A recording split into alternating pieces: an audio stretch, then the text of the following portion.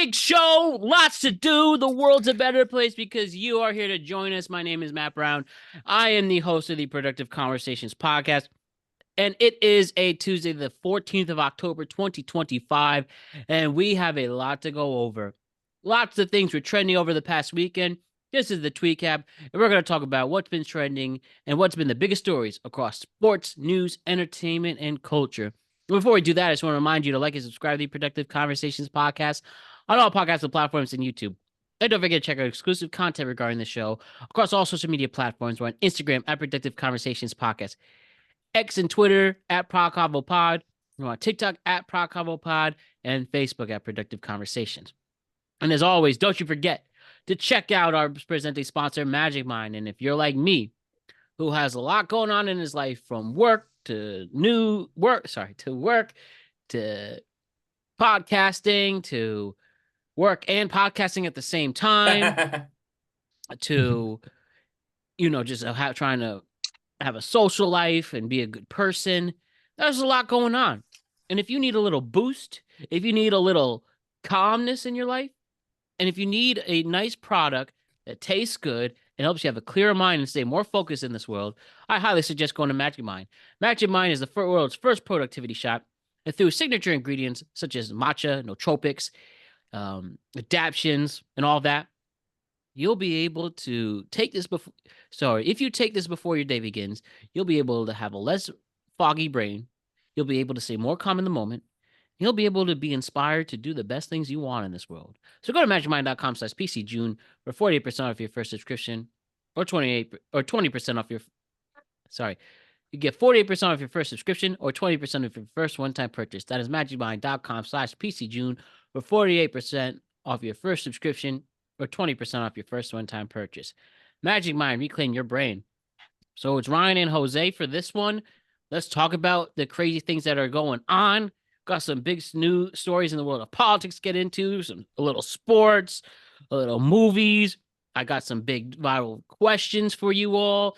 So it's going to be a very fun 90 minutes. Ryan and Jose, how are you before we begin the festivities? Good. How are you? Great. Thanks for asking. Oh, wow. Okay. Well, we survived the nor'easter. Like, what even is a nor'easter, guys? Seriously, I feel like that term has rain has come back has somehow got into our world in like the last 10 years. It's just a rainstorm. When they talk about the media and how they try to, put us in fear and scare us.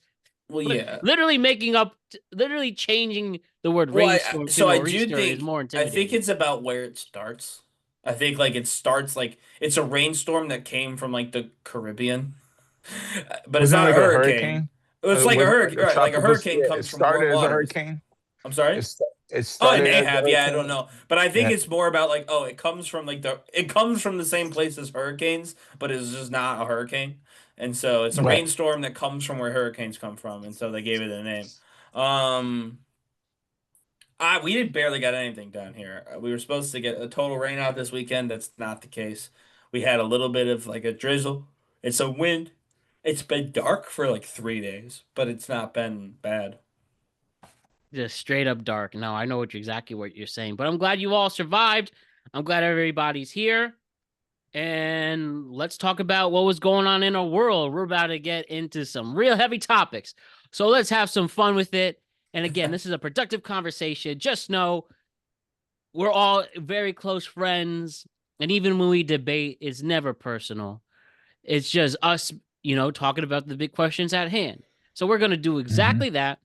Talk about probably the most sensitive subject that has taken place in the last year and a half. Technically the last 2 years, because October 7th was when the 2 years was 2 years. Was 2 years 2 years ago last week on October 7th. But big news coming out of the Middle East, which I will get one in a moment. But yeah, big news coming out of the Middle East. A first phase ceasefire deal has been agreed between Israel and Hamas, which is intended to pause hostilities.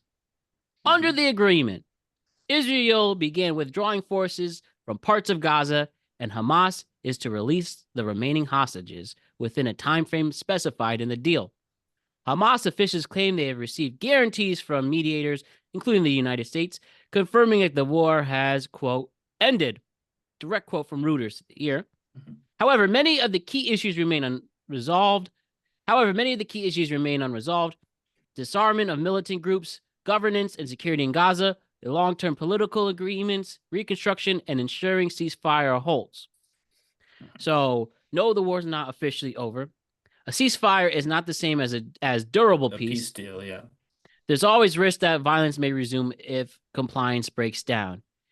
Even with the ceasefire, military presence, remnant engagements, and internal conflicts have been reported.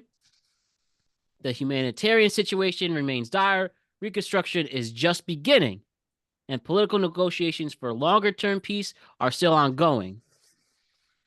The, quote, ending the war in international conflicts often require multiple phases with transitional security arrangements, verification, demobilization, and political agreements, which take time and may be fragile.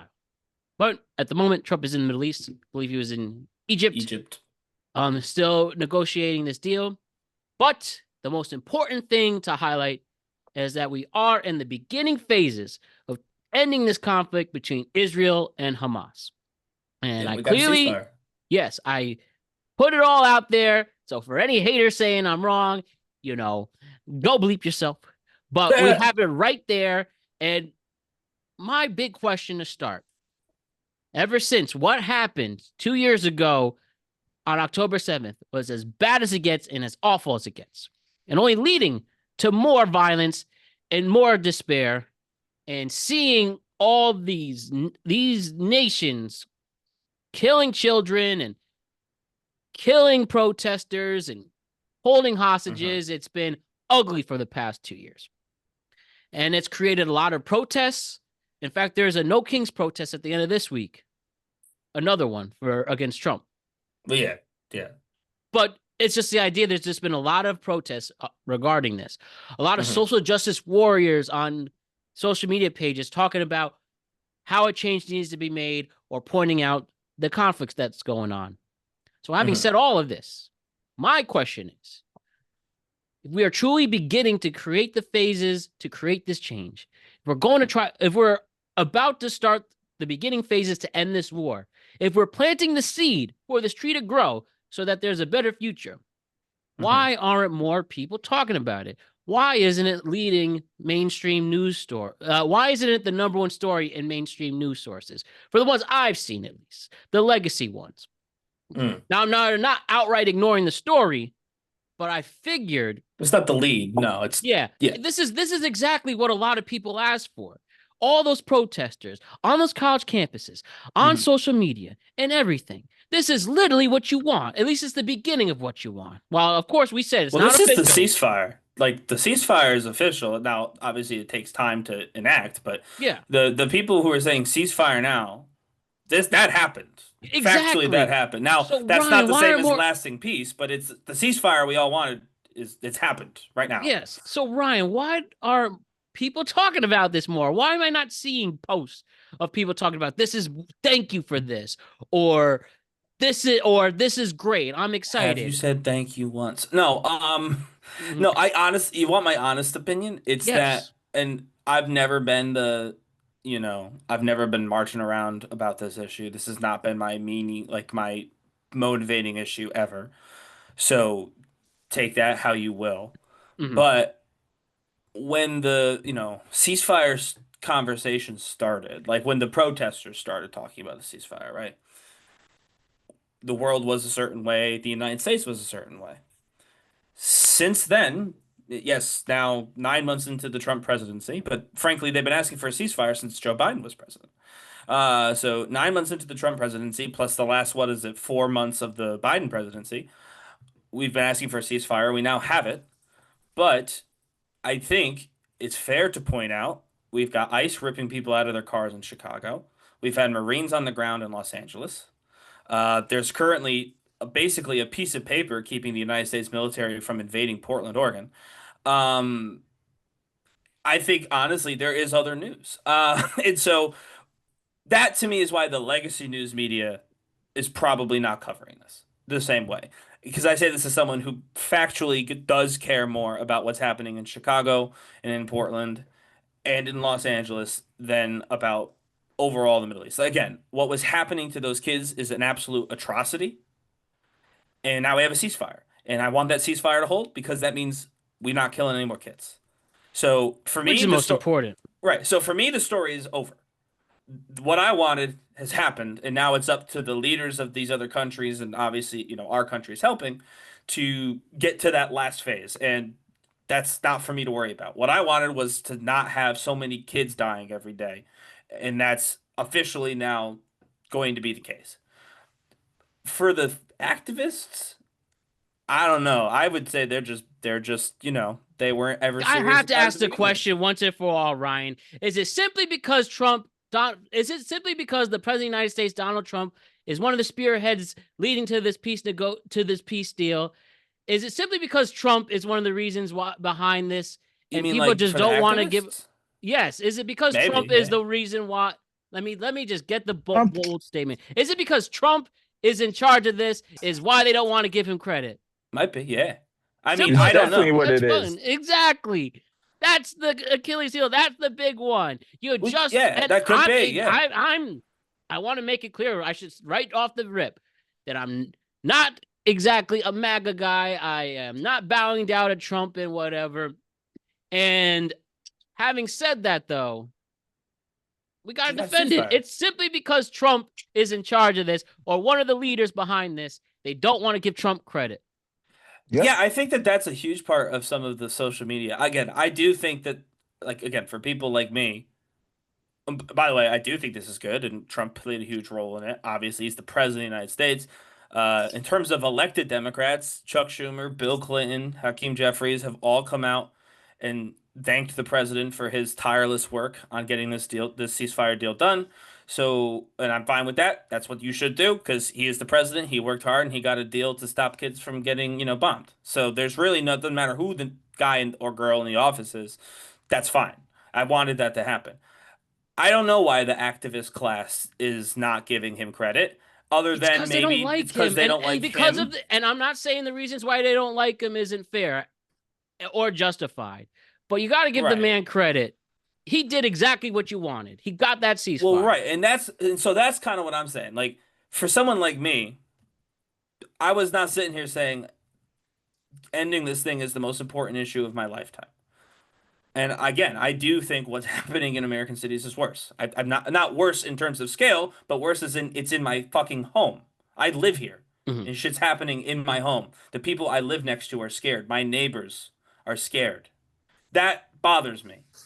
But if you spent the entirety of the last year complaining about the situation in Gaza, if you told everyone not to vote for X, Y, or Z because of Gaza, and if you went to these things and you were protesting people in the name of the Palestinian cause, and you have not congratulated the current president on negotiating a ceasefire, that does lead me to wonder how serious were you when you said those things? Thank you. Because this That is part, what Ryan. this is what Powerful. you asked. I'm time stamping this. If you specifically asked for this and now it's happened and now you're not talking about it, to me that means you weren't actually all that interested in this.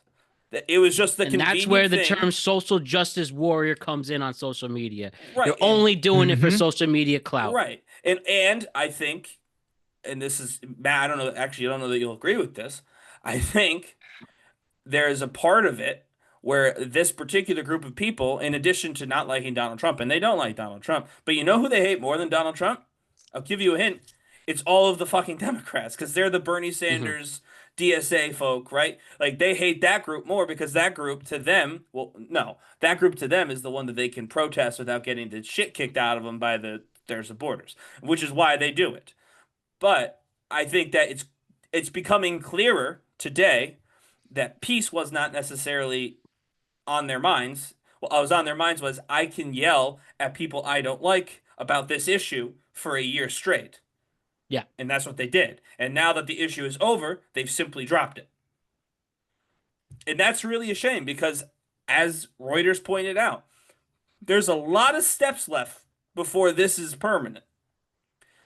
And if the world abandons the kids in Palestine now, after being their advocate for a year and kicking up a fit for a year, this could all fall apart. So if you care, continue to care.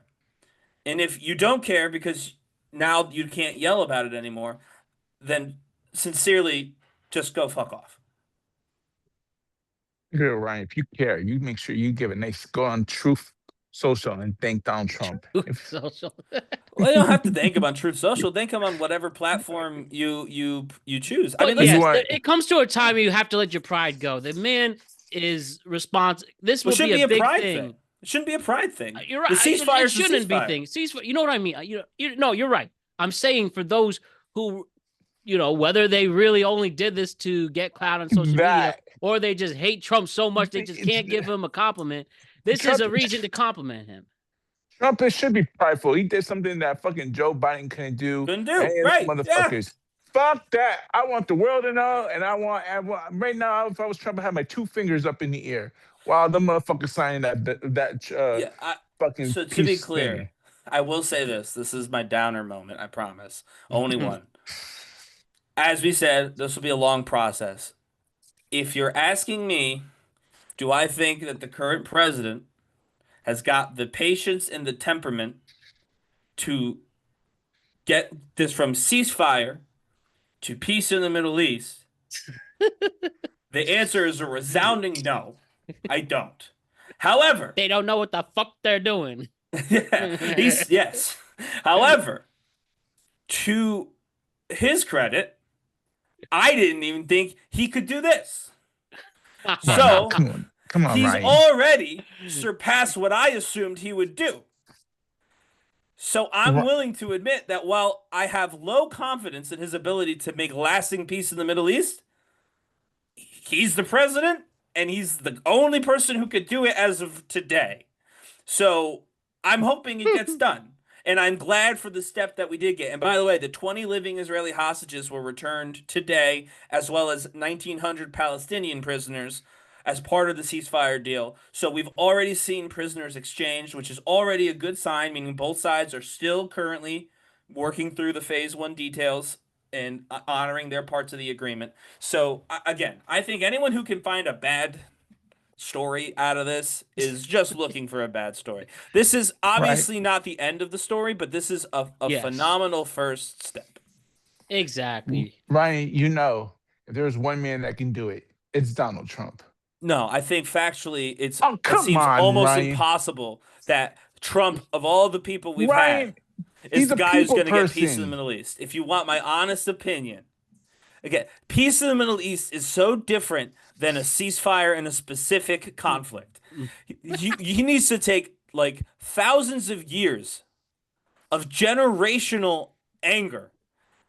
And this man has time that he's the one to bend it. Yeah, Come on, but Ryan. this, He did this in for all the seriousness, first year. think about Donald Trump. In all seriousness, think about Donald Trump. Think about Donald Trump. The 44 presidents. Think about Donald Trump, right? Yeah. Has he ever, and I mean this, you can take disrespect if you want. I don't mean it disrespectful. I think it's a fact. Has he ever calmed a single fucking person down in his entire life? No. The answer is no. He has never once been like, wow, I was all revved up, and then I heard Donald Trump speak, and now I'm calm. That's never how it goes. You can mention his name. Obama was great at that. You can mention his name and start a You're fight. right. You're right. That's what's insane. Oh my God. That's the idea that peace in the Middle East is going to come from the guy who, if you say his name to the wrong person, could get you physically attacked. I'm feeling so much testosterone right now. Literally, I have this great convo, my iPad with the 2 games. There's a TV behind me, and the Fast and Furious 1. It's at the last 25 minutes, which is so freaking awesome. But I will say, it sounds like what happened here was Trump did bully Israel into not attacking. And that's good. I wish the former president had done that. Excited to have this in our fucking archive at 625.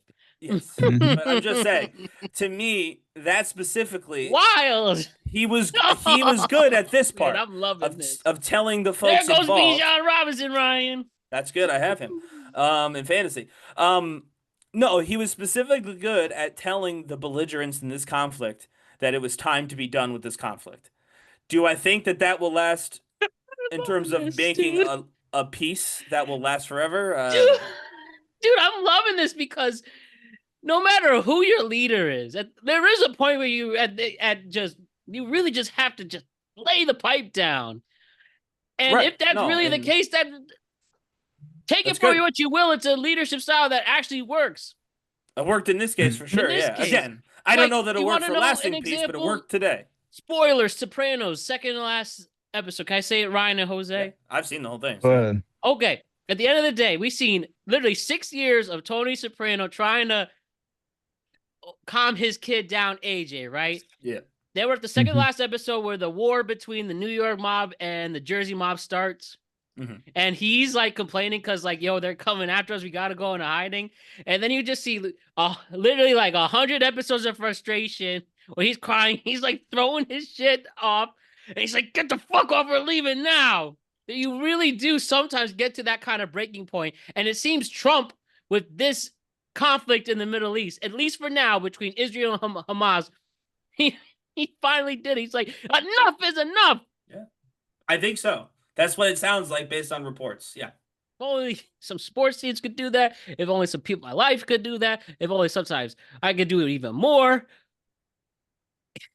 Sometimes only if you can do it. Not only if you can do that with Russia. That's the next one. The issue is that we're bigger than Israel and Hamas, and so we can be scary with them. We're not bigger than Russia. We're the same size. Come on, Putin's on fucking what do you got? Fucking Tourette's or whatever the fuck. You got that Michael J. Fox. He's still the third largest military in the world. Tourette's doesn't change his freaking tanks. Yeah, right. Yeah. Oh, you've got Tourette's. He also has cruise missiles, Jose. I think that's more the issue than the Tourette's syndrome. We got that too. We're good. I know we got it too, but I don't want to be. I'm the one who lives next to the Capitol. I don't want to be seeing cruise missiles on the horizon. Hamas and Israel, it's time to get to work. We got this peace treaty. Now it's time to ban again and go get them motherfuckers. That's not going to happen. Wow. It's insane. But in all seriousness, this is great news. Let's keep it that way. And I only hope this genuinely, between this conflict with Israel and Hamas, which has been devastating over our heads for the last 2 years, we could close this chapter and know how it doesn't matter how we got there and who was the person to get us to this conflict ending. It's the fact that the conflict's done. On to the next one. Now, I do have to talk about the person Trump defeated in the 2023 election. She's on a big book tour for her memoir. Kamala Harris, Governor Harris, right? No, nothing now. She's just Kamala now. Well, yes, Kamala Harris, right? So let's break this down, guys. All right, so Kamala Harris is doing a panel for her memoir. Anybody read it by any chance? No. Fuck no. What do I need to learn out of that? I know what I need to know about that. Is she lost? Now I got ICE agents in Chicago. I love the Bill We'll Maher talk about it. that. We'll talk about it in a little bit because Matt knows my reaction to this already. But yeah, I don't need to read the book. And I will play this for you quickly, right? Yeah. All right. A protester interrupted Kamala Harris at a book tour event, likely questioning her legacy or policies. Harris responded sharply by flipping the script, saying, quote, "You want to talk about legacy? Let's talk about legacy of mass deportations, of not voting, and Donald Trump," implying the interruption aids Donald Trump's agenda. The exchange highlights her rhetorical pivot amid ongoing political tensions. So, looking at the reaction to it and trying to do some research on how people felt, reactions are sharply divided. Yep. Supporters applauded Harris's pivot, arguing it exposes how protests and low turnout enabled Trump's mass deportation agenda, with some calling it, quote, a mic drop moment. Critics from the left decry it as a deflection from Gaza policy failures and hypocritical and are also hypocritical, noting Biden-Harris oversaw over 3 million deportations, more than the recent predecessor. For now, conservatives mock her tone, delivery, and seeing it as sour grapes over the election loss. So let me actually play the clip Let me play the clip for you right now, and then we'll discuss. I'm not president. And if you want to talk about legacy, let's talk about the legacy of mass deportation of people not voting and Donald Trump. Oh, Kamala Harris, I commend you for your passion. But seeing this, in my opinion, I think it somewhat is sour grapes.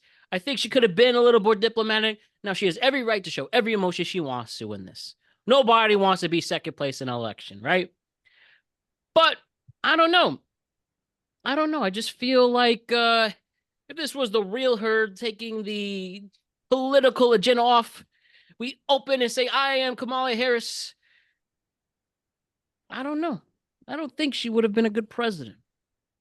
I don't think so. That's not better than Donald Trump. She wouldn't got no world peace, right, Ryan? Yeah, okay. That's Jose's question, not mine. Yeah. But I don't think Kamala would have been a great president. I think I would have gotten more respect if she was not as salty, did her best in holding her composure. McCain was great with that.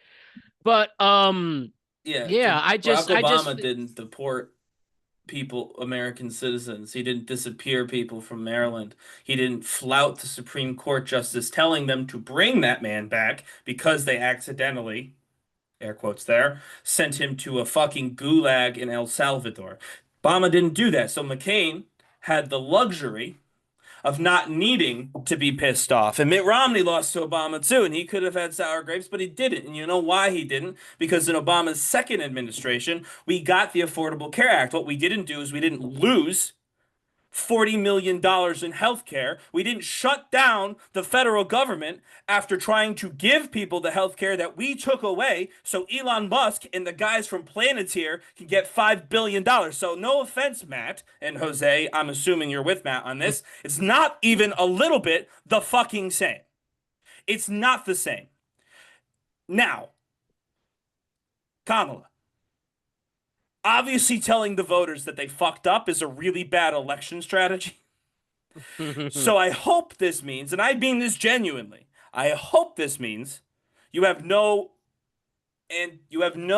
what's it called? No mind right now for running for president in 2028. One, you will lose. Sorry, you've done it before. So we have some evidence that you might lose. And two, you did just tell all of the voters to fucking kick rocks. And here's the thing. They deserve it. You're not wrong. Nothing she said is wrong. But it's really hard to, in 2025, tell everybody to fuck off, and then in 2027, ask them to vote for you. So, I hope this means that Kamala has given up the electoral passions that she once had, at least for the time being.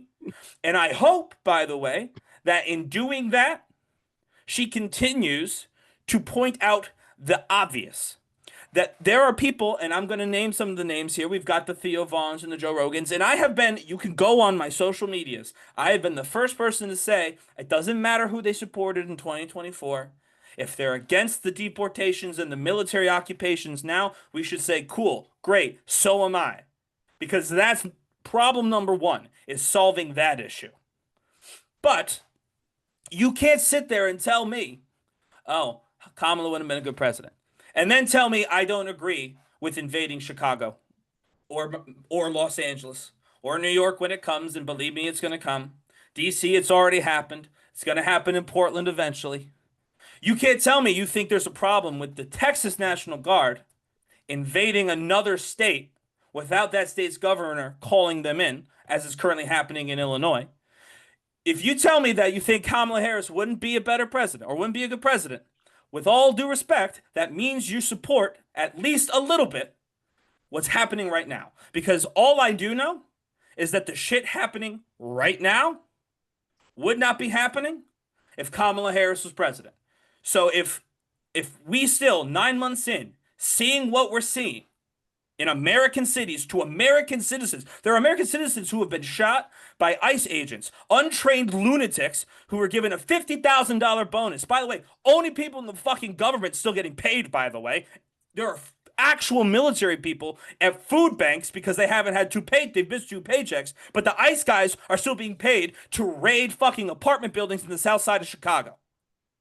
So if you're telling me after all that, I still think Harris would not have been good, that's fine. But then don't pretend to me on social media or frankly on this podcast that you're not a Trump supporter, because we've seen 9 months of Donald Trump.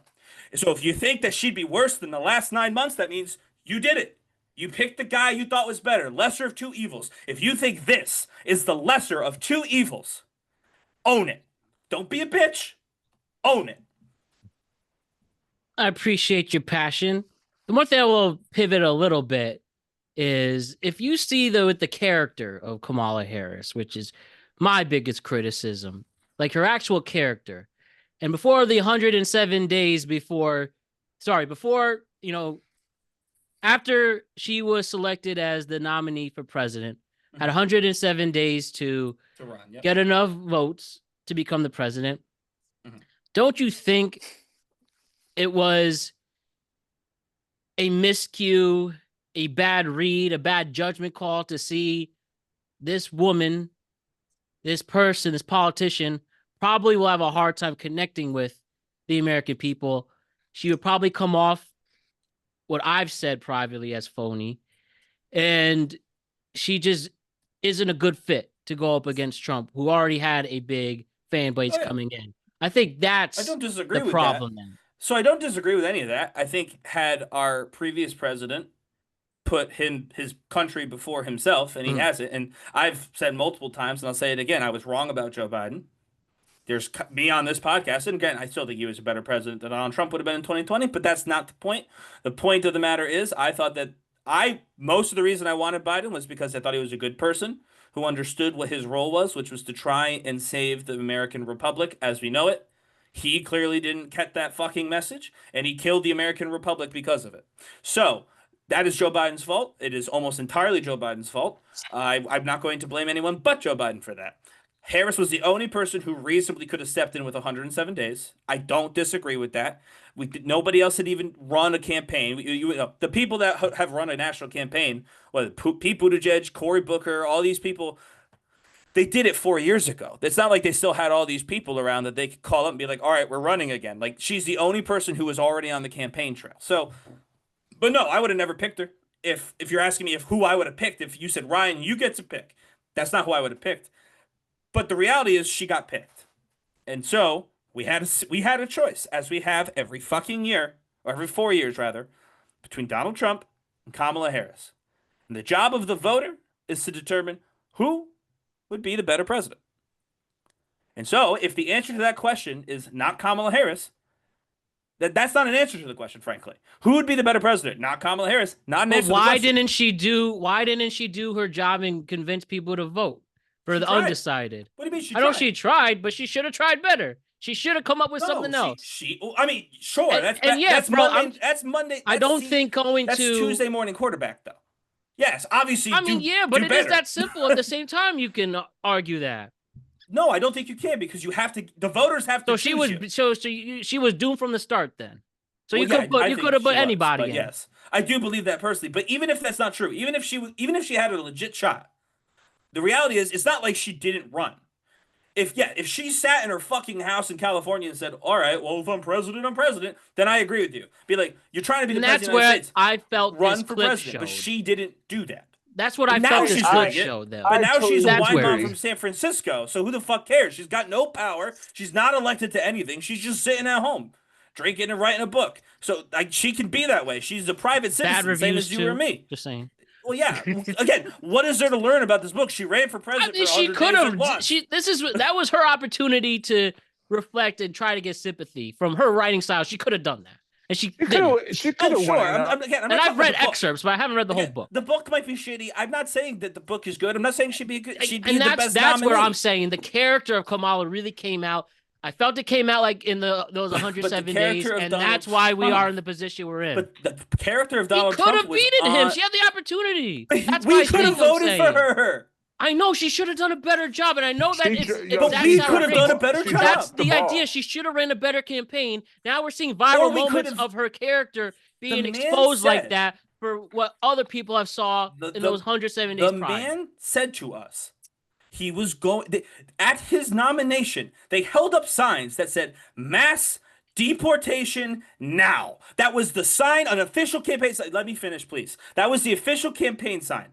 There is not a single bloody person who watched that fucking campaign for 100 days who could tell me with a straight fucking face, and I dare either one of you to do it. Matt, you could do it. Jose, come on screen to do it. That you had no fucking idea that President Trump was going to start mass deportations when he got elected. There's not a single person who could say that in good faith. You know why? Credit to him. He announced it. He ran on it. He said, "I'm going to do this." And everybody fucking cheered. That's not Kamala Harris's fault. That's not Biden's fault. I disagree. That's I think not any Democrat's she could have fault. swayed people. And for all we know, she did. She didn't, though, because she lost, so she didn't sway enough people. Exactly. No, That's the point we're trying to make. She dropped failed the to ball. change their mind. You can change somebody's mind. It might not be easy, but If you you can cheer do it for as a mass human. deportations, you are not going to Okay, vote for those Kamala. people That's the you don't majority worry of about those America. votes. Not every single one of the millions voted for that. Come on. He That is announced true. he was going to do it, No. so they were at least okay with it. Don't tell me they weren't okay with it because he announced it. Everybody who voted for him knew that this was happening. Not a single person could play dumb on this. And I'm sorry, I will not back down on that point. If you didn't see the mass deportation signs, if you didn't hear the 7,000 times on the campaign trail, he and Vance said, "We're going to deport people in large numbers, the largest numbers in American history." That was their promise. They've not done that yet, but they got 4 years to do it. That is what they said. That was their promise. So maybe you didn't vote for him because of them, but you knew that was the fucking plan and you voted for him. So don't claim to me ignorance. I didn't know. You did know. He told you. I knew, as did everyone in my family, and we all voted how we voted based on that information. So you can't have it both ways. You can't say, "Oh, I didn't want this." But then vote for our the guy. contrary is that she should have changed the minds of at least a portion of those 75 million who voted. That is fine. And my contrary is, if your mind wasn't made up by mass deportations now, there's nothing that could have been done for you. Well, that's one of the things she could have done. She could have emphasized that more. She could have emphasized that more. Confused.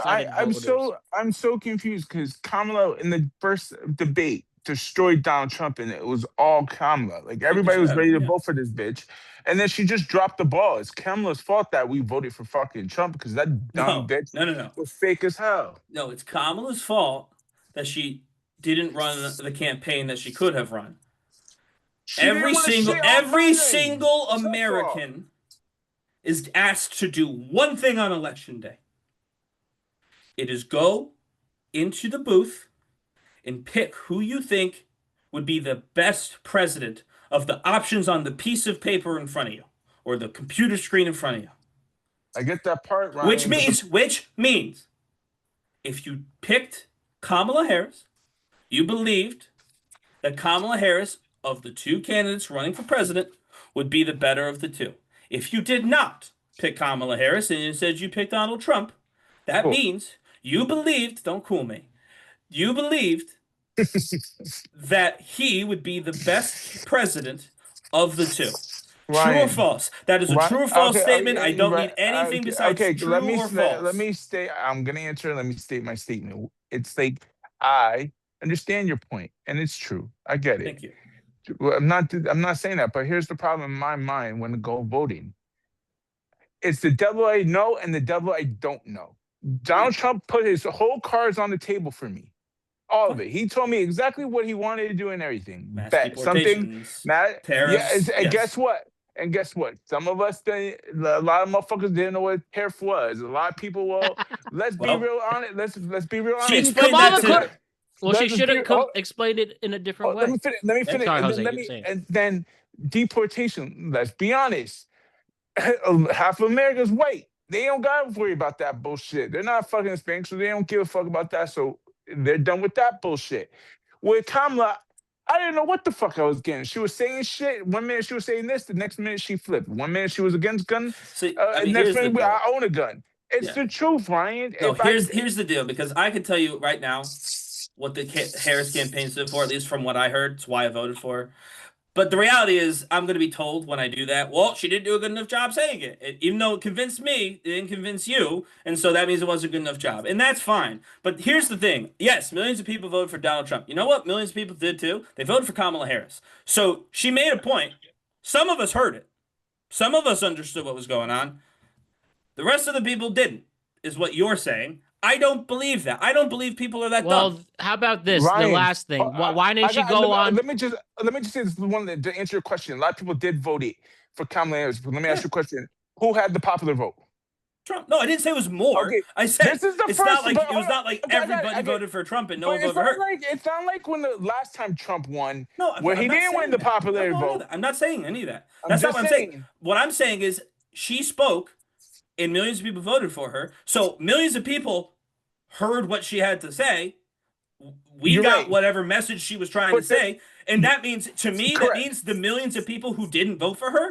I'm sorry. I don't believe they can fake ignorance as to not knowing the difference between Trump and Harris. I think they chose that's they not liked true. Trump more than Harris. I'm gonna be real honest with you. Half the people that voted for Kamala Harris is either a diehard Democrat or they're You like, have nothing to. or Go ahead they're and show me diehard- any source of Listen, information about half that. the people that went out to vote are diehard Democrats, or B, they just don't like fucking Donald Trump and they're gonna vote for Kamala. There's nobody outright that says I love Kamala Harris and I see her You don't have values to and what love she them. wanted. Why do we have to But love my people? point, but that's the difference between Trump. Everybody loves this shit, and nobody loves Who? fucking Yes, shit. no, but we are agreeing. That's my point. If you're the millions of people who voted for Donald Trump, you love Donald Trump. Only Fine. Kamala Own Harris it. just went on those podcasts that had mostly Well, Republican yes. voters. That's a don't big thing she disagree with could have that. done. That's And what I I'm don't talking disagree about with with the that. character. She literally felt she was above those podcasts. That Yes, could have made but- the whole difference. And That's what I'm talking and what about. I'm saying, the character what came out I'm- with those. and the what I'm I let saying- you. I let you speak. Let me speak. All right. Then that's what I'm talking about. What was really exposed with that viral moment? The character of Kamala was just too unappealing and standoffish, which led to the result that we're in. That's the only thing I have to say left on that. And I think a big one was not going on those podcasts, the Theos, the Rogas. I agree. I agree. She should have gone on those podcasts. And that's all I have to say regarding this before we I move don't on. disagree with you. She should have gone on those podcasts. I will say, to me, if you're willing to sacrifice democracy for that, then that's what you choose. I can't control what people would choose.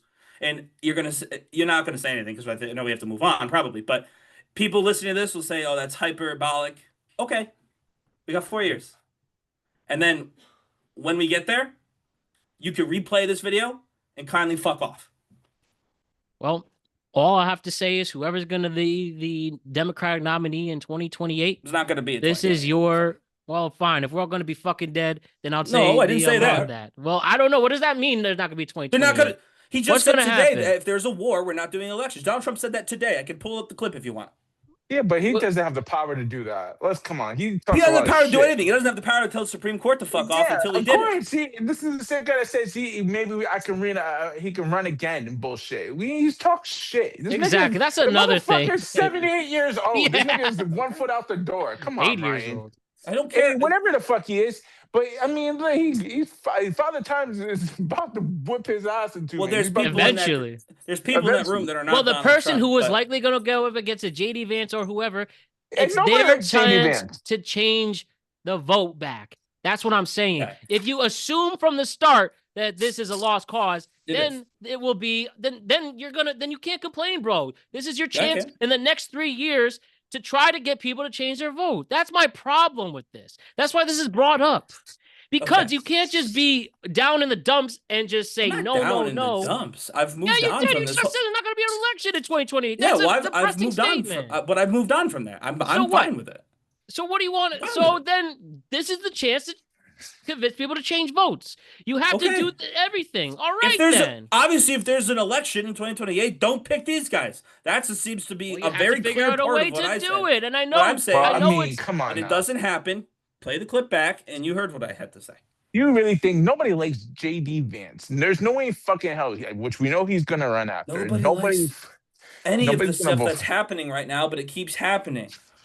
Yeah, but I mean, Trump is we obviously won because of this personality. He's a likable fuck. Let's be real. He's a shitty person, but a likable fuck. No, I don't disagree with that. So with J.D. Vance is a polar opposite. He's a dick, and nobody likes him because he is a dick, and we know that. There's nothing likable about him. So whoever No, I don't disagree with you.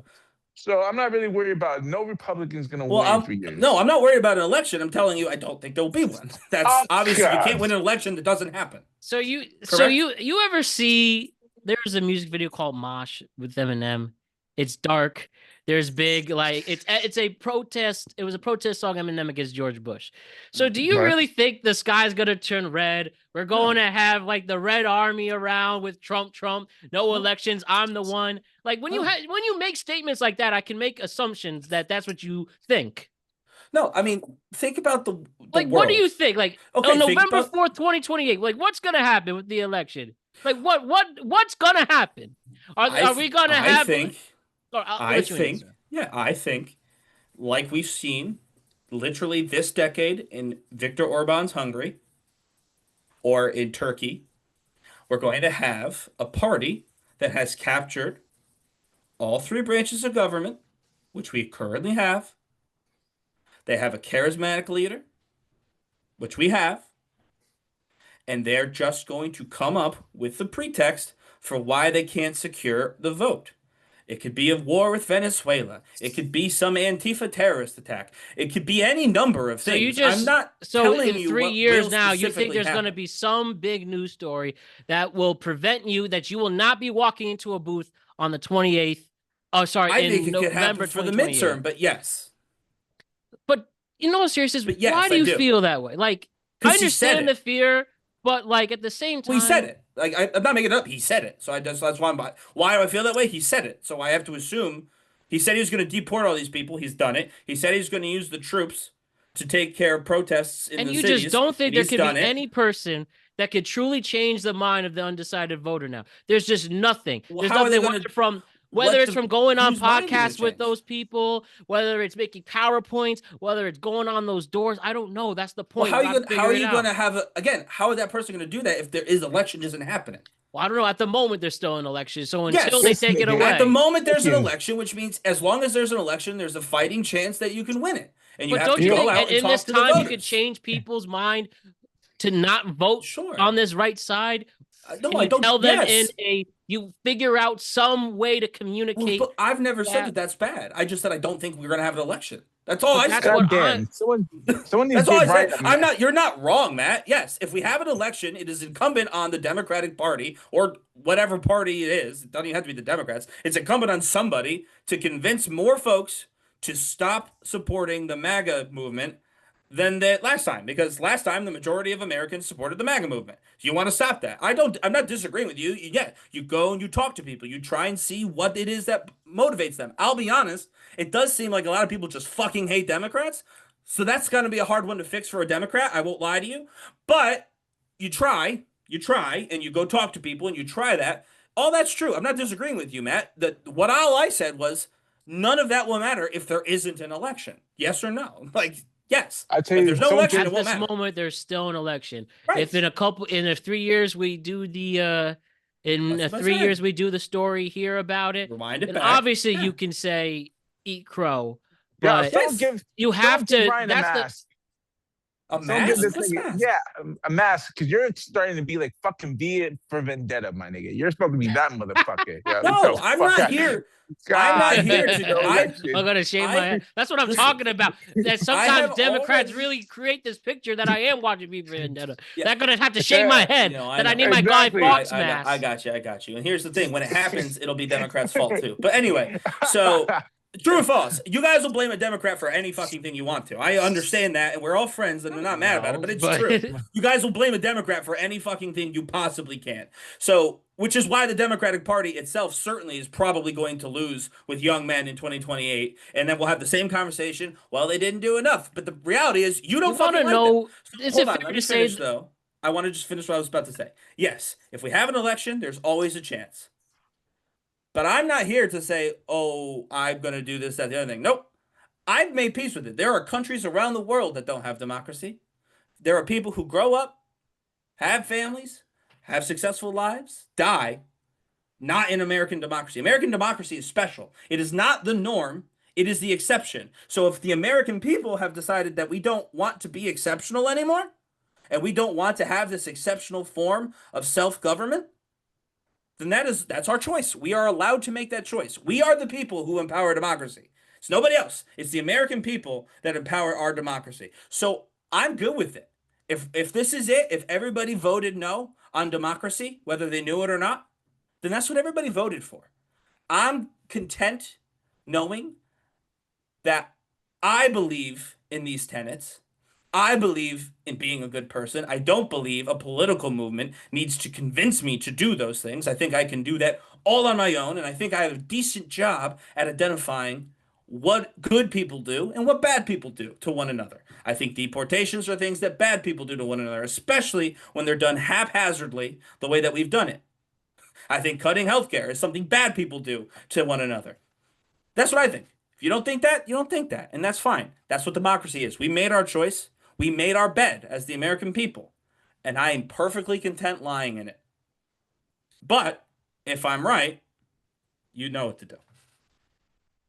Well, it seems you have to, the Democrats are going to have to get the young men vote, the young, straight alpha man vote. And the They got one no way, shot. and the, no, you know what the way you do it? You know what you can, how do I explain this? The best way to get an alpha's respect is by pressing them and coming at them. That And worked if you so well play, here, so well, no, you can't say that. You can't say that. You can't say that because if you are going to be a stereotypical victim, I'm going to blame the victim. I'm going to keep complaining. I'm going to do beta tendencies. Then we're going to have the same. I'm saying in general. no, Then but we're I'm going to saying have the. Then we're going to have the separation. Like if we had more Ryans like that going up against alpha dudes, I do think you could change people's mind. But well, that's where the maybe. start is. And I don't know if you agree with me or Jose or not, but that's where we start. How do we get these alpha dudes to change their mind? And what I've seen, and when you hear people say those alpha dudes, man, you got my respect, is usually when you press at them and you come at them. And as long as they're a reasonable person, you might be able to get what you want. Listen, I'll tell you this. Gavin Newsom started some podcasting about. I listened to that shit. If he runs, I would vote for him. There you go. Step a lot of one. people would, yeah.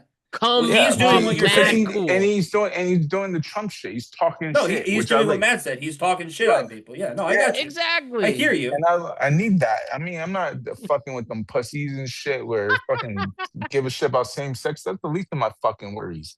And all that fucking Right, bullshit. but that I'm saying, so that's a separate thing. We're not. This is not a politics show. We'll move on. What I'm saying, I would love to do one because that is an interesting point that you just brought up, and I've talked about this separately with Matt. But right. we'll do a separate show about that at some point, I'm sure, because that's an Yeah. interesting point. And again, I don't have like repeat an the angry point one more thing time for about the that. audience in case they missed that. The point. Oh, he was saying that he does, he taught as an example, he used same-sex marriage. He says, I don't give a shit about that. And I think I know what he means by that. I'm not putting words in his mouth. And again, me and Matt have had this conversation. Right. I'll say like this is not a concern. It's not in my Right. top 5 of concerns to worry about. So they're fighting. They're wasting their time fighting that big battle on that where I have other needs. So for me, right. And so that's why, again, I would love to have a conversation with more guys too. Not even just 3 of us. If we could get a couple more people in, that would be awesome. Because me and Matt privately had this convo, and I think it's an important convo for all of our male listeners, of which statistically is most of you. If you're listening to us right now, you're more than likely a dude, based on all of the algorithm and all of the data that we have. So he's a dude because we're all dudes. Hey, but anyway. Great convo, great talk. All right, let's go to sports. Yes. Did you guys realize the WNBA season ended this week? No. Who won? Who's the champion? The Las Vegas Aces. They've won 3 of the last 4 seasons. Oh, that's they literally are a dynasty. Who's their best player? A'ja Wilson. Wilson. Oh, cool. She was named the Finals MVP. and she's a dominant star. But there we go, guys. You know, I was told the WNBA is on the rise. I was told the WNBA is something to look forward to. I was told the WNBA is going to be a big deal because Caitlin Clark entered the league. This season, she got hurt. We had this playoff run with the Aces, and we're just back to where we were before she joined the league. Not talking about it. So when the actual finals took place on Sunday, I think I'm very surprised, and I purposely watched ESPN. I watched First Take on Monday. Barely any mention of that.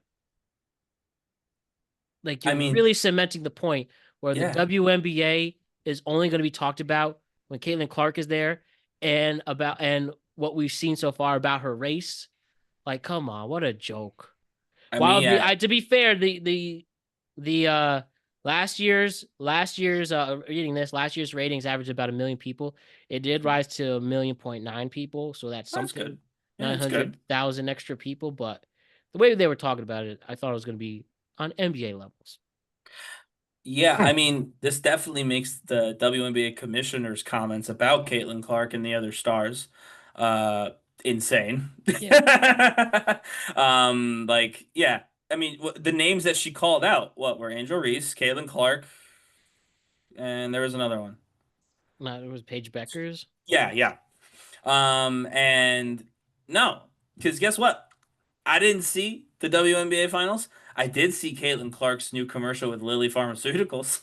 Oh, no, that's not. I'm not. That's not even. No. I agree with you. I'm saying I factually have seen more of Caitlin Clark this playoff season than I have of any other actual WNBA game, and that's mostly because I don't even know when they play. And so, don't you guys worry? They're gonna be in the news a lot more in a couple of months with the CBA. Yeah, because that's gonna be a shit show. Yeah, it is. But this proves the players have the power, not the league. True, because no one gave half a shit about the league. When the star players were gone, no one cared at all, including ESPN. That this is the best thing that could have happened to the players, frankly, because they just proved their point. Like, you need Caitlin on the floor. Frankly, you need Angel Reese on the floor, if for no other reason than to physically assault Caitlin Clark. You need Paige Becker. You need that tall lady whose name I don't remember. The one that Shohei Ohtani likes. You take Cameron Brink. Yeah, you need them. Because that's the people. Like, again, I didn't remember her name, but I was way closer to that than I was to Asia Wilson. And honestly, I remember her because she's drop dead gorgeous, and they. Although I should have said that, I do know Asia Wilson. Actually, as soon as you said the name, I was like, "Oh, I know her." I just didn't know. Why didn't you? Why did that ring a bell immediately? No, it did. I'm saying, like, why did I? Until I had to say her name. Like other leagues, you have to. Like other leagues, though, I'm saying their best player comes off like that. NBA. Oh yeah. Yes. Baseball, why didn't I know that the best Ohtani. player on the Aces was Asia Wilson? Because I don't know any player on the Aces, that's including the Asia Wilson. Problem. But I do know Asia Wilson, which makes it worse because it's not like, I don't know any player. I do know one of their players. I just couldn't tell you what team she plays for. I think there's not going to be a season. I think WNBA is done. It's just cease operations. It's gone forever. That's a bold claim. I understand that I just said we're done with democracy a segment ago. That's honestly a bolder claim. That this was our last WNBA season ever. Okay, maybe that part, but I don't think there's going to be a season this season. Next year, I could see that. I could see no season because they have a season-long strike. I could see that. Like, I mean, WNBA owners are not making no fucking money. Now the WNBA players want more money. So where the fuck are they going to get the money from? They're just going to keep going at it with each other. You only got 4 players that are, like, known. I think Ice Cube should go ahead and just offer some people contracts. I mean, the Shane Gillis joke. Just point out a random woman. Here's exactly. 7-time All-Star. Exactly. So for me, it's like owners. I feel like the owners. That joke was awesome. The owners shouldn't do anything, and the WNBA players should do, except for what they get. Because realistically, you only have 4 fucking players, and it's like 16 teams. So no, but those 4 players can just leave. Yeah, they go fucking play and fucking. No, fucking I'm was telling you, thing. they were gonna pay her a lot of money to go play 3-on-3 with Ice Cube. Just do that. Yeah, I but think that's still on. yeah, That's but I still a think thing. yeah, but they're playing with dudes. Fuck that. Them dudes are gonna fuck them up. They make a women's division. I don't think a Nobody lot of watched people the would be men's interested. division. Come on, Yeah. man. The Mixed, fuck? no, mixed teams. I mean, like make a mixed team. I get what you're saying. Yeah, A but they mixed play tag fucking hard. match. You just Mixed. literally just Oh, Caitlin Clark can pass the ball to Vince Carter. I think she can manage to do fucking. that. You just literally just saw Dwight Howard and fucking Lance Stevenson beat the shit out of each other in the crowd. For God's sake, Caitlin Clark's gonna get her ass whooped. I don't think they would hit a woman. I'm not gonna lie to you, but I would not pass anything with fucking Lance Stevenson. sorry. I don't think Lance Stevenson would hit a woman on camera. So He blew in some No guy's hitting. ear, for God's sakes. I just think that you do the mixed tag action. You throw the 4 or 5 women that you grab from the WNBA onto all. They only have like 5 or 6 teams. So you just need one woman per team, and then now you got a thing. I get what you're saying. Most men are gonna be pissed off that they have a woman on their team making $1 million fucking and they're making chump change.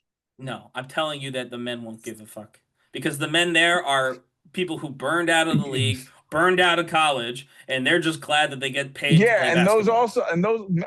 those are the same men that burn their fucking money while they're out with their 3 baby mamas. And that's fine. Yeah. And my point is, they will welcome the increased revenue of having the only stars in the WNBA playing alongside of them. Increased revenue. Yeah, more people will watch if Caitlin Clark is there. Please don't tell me that's not true. Caitlin Clark is not Jesus fucking Christ. No, she's a good female basketball player. And if she played in a mixed team, people would be interested to see how she does. That would do the biggest rating of that league's entire history. Without question. She won't even score 4 points. Put Dwight Howard on it to the wrap. Again, you take the Caitlin Clark and Angel Reese feud and you put it in the season opener with the mixed 3-on-3. Just print money. That'll be the highest rating that league ever does. Ever. All right. Cool. You need Jordan to come out of retirement to match that. And even then, because everyone knows he's like 60. They might be like, I don't know if I have to see Jordan try and play at 60 years old. But, you know. I get it. Yep. All right. Now, why don't we go back to Stephen A? Let's talk about something he said that was straight up silly. Are you guys ready for this? Yep. All right. You guys remember the Super Bowl halftime show? Kendrick Lamar? Yeah. I liked it. Me too. So you remember Serena Williams, who was dancing on that? Yep. Right? Stephen A. Smith criticized Serena Williams' dance move with Kendrick Lamar during the Super Bowl halftime show in February, implying that they were too provocative for a married mother by comparing to his own wife's boundaries. Alexis Ohanian, who was on ESPN, addressed this directly to Stephen A.'s face on First Take on Friday. And this is what he had to say. Now remember. All right, we remember that he said a married woman shouldn't act this way. Yeah. Well, also too, Stephen A. Smith, I think you had some marriage advice for me. Is that right? Or well, you know what? Listen, I did it. People, headlines are headlines. We can get into that another time. But I was hoping you were going to be here. I'm not. Oh no, I am not qualified. Married? Right. Oh no, not me. Well, I ain't qualified, my brother. I'm not qualified. I was going to ask because you hadn't been married before, right? I am married. No, Stephen. Okay. Yeah, because I give advice to plenty of founders who want to build billion-dollar companies, and the reason I do that is because I build billion-dollar companies. Yeah. So I generally try to stay in my lane as advice. Then we'll talk marriage advice later. I'm going 13 years strong. We got you. Alexis, thank you so much. Athlos NYC 2 nights. That was awesome. Alexis is the co-founder of Reddit. Yes. How about that? That was awesome. Got him. Stephen A. is like, Stephen A. when he's like, I can't say that. That was wild. I mean, he should have owned it, right? Surely. I guess he somewhat did at the end, but not really. Not really. I mean, he owned it. But he was like, I'm not qualified. Basically, apologized. There's no way I could get out of this one. And we'll never see him on the. Well, I don't know because he is a major CEO of one of the most powerful websites. That's what I mean. So he can anybody under him. He can make sure ESPN doesn't get around, but he can't do it with him. Plus, with Serena, you cannot piss her off. She's a queen. She's important, and Stephen A's kind of just Stephen A is big. Yeah, Stephen A is big in sports. But that's a power couple that he can't win in a fight against. Good job, Alexis, honestly. That was pretty funny, yeah. I tell people how to build billion-dollar businesses. That's because I've done it. So usually I try and stay in my lane. All right, guys. I have the great Sean Evans from Hot Ones. Another viral Hot Ones clip. You guys ready? Yeah. Did you know Michael Jackson was on it once? Oh, God. Oh, shit. Staying 350,000 Scovilles. Ready, Michael? Let's do it. Ooh, it's burning. Fire on my tongue, but I'm feeling alive. Heat in my heart, got me ready to fly. Ooh, that's got a kick. Woo, that's fire. It's a big step up, right? Yeah, man. You weren't kidding. Here we go. Last one. Mm-hmm. Woo, it's got a kick. Oh, man. That is hot. Give me the bell. Oh, this ain't smooth. Staying 350,000 Scovilles. I'm so sorry. So I gotta keep playing these Sora clips. I will be playing this forever. People come MJ's proving to be a hard one for them because the way he moves is very hard for AI. Like if you watch that first one, when he goes off and does those dances, that doesn't look good at all. The voices are perfect, but he doesn't. They've had a hard time making Michael Jackson move. I've noticed. I don't know if you noticed that too. I'm sure you've seen more than I have. But between like MLK and Reagan, they had the movements down pretty well. This ain't Camelot. Yeah, they haven't gotten Michael Jackson's movements down as well. Dude, I love it. I'm sorry. Also, Jose, did you have anything to say about Serena Williams' husband? Or Michael Jackson? No. I mean, you guys pretty hit it. He nailed it. But yeah, dude. I won't lie. I did try that Sora shit and try to do writing. I didn't know they didn't allow. You got an invite. You got an invite code? No, somebody did. One of my boys got one. Damn. And I tried to do one. I tried to do one with Ryan, but then I found out it was against their policies. You have to be dead, so I couldn't do Ryan. You can give permission if you're a user. Yeah, I don't have your permission, Ryan. Well, I'm not a user, so you can't have my permission. Well, yeah, I've not been given the option to permit you.